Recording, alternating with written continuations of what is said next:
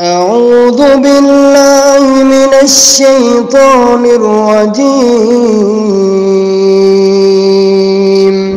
بسم الله الرحمن الرحيم. تبارك الذي بيده الملك وهو على كل شيء قدير، الذي خلق الموت والحياة ليبلوكم أيكم أحسن عملا وهو العزيز الغفور، الذي خلق 7 سماوات طباقا ما ترى في خلق الرحمن من تفاوت فارجع البصر هل ترى من فتور ثم ارجع البصر كرتين ينقلب إليك البصر خاسئا وهو حسير، ولقد زينا السماء الدنيا بمصابيح وجعلناها رجوما للشياطين وأعتدنا لهم عذاب السعير، وللذين كفروا بربهم عذاب جهنم وبئس المصير. إذا ألقوا فيها سمعوا لها شهيقا وهي تفور تكاد تميز من الغيظ، كلما ألقي فيها فوج سألهم خزنتها ألم يأتكم نذير، قالوا بلى قد جاءنا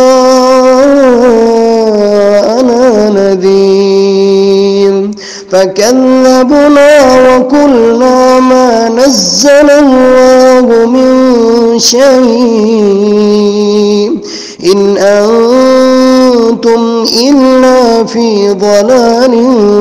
كبير، وقالوا لو كنا نسمع أو نعقل ما كنا في أصحاب السعير،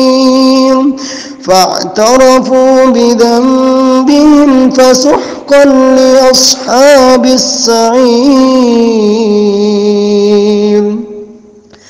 إن الذين يخشون ربهم بالغيب لهم مغفرة وأجر كبير، وأسروا قولكم أو اجهروا به إنه عليم بذات الصدور، ألا يعلم من خلق وهو اللطيف الخبير، هو الذي جعل لكم الأرض ذلولا فامشوا في مناكبها وكلوا من رزقه وإليه النشور. أأمنتم من في السماء أن يخسف بكم الأرض فإذا هي تمور، أم أمنتم من في السماء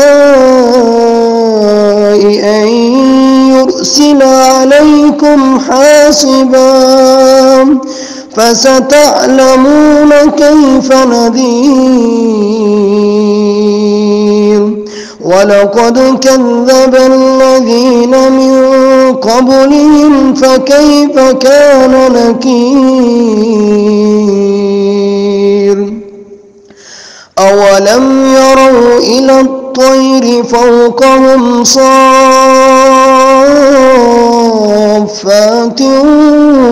ويقبض ما يمسكهن إلا الرحمن إنه بكل شيء بصير أمن هذا الذي هو جند لكم ينصركم من دون الرحمن إن الكافرون إلا في غرور أمن هذا الذي يرزقكم إن أمسك رزقه بل لجوا في عتب ونفور أفمن يمشي مكبا على وجهه أهدى أمن يمشي سويا على صراط مستقيم قل هو الذي أنشأكم وجعل لكم السمع والأبصار والأفئدة قليلا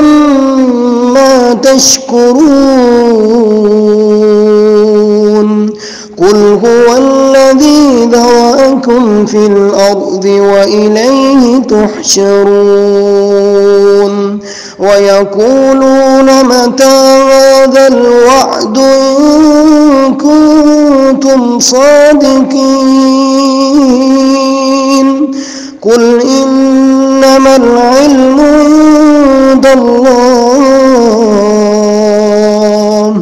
وإنما أنا نذير مبين فلما رأوه زلفة سيئت وجوه الذين كفروا وقيل هذا الذي كنتم به تدعون قل أرأيتم إن أهلكني الله ومن معي أو رحمنا فمن يجير الكافرين من عذاب أليم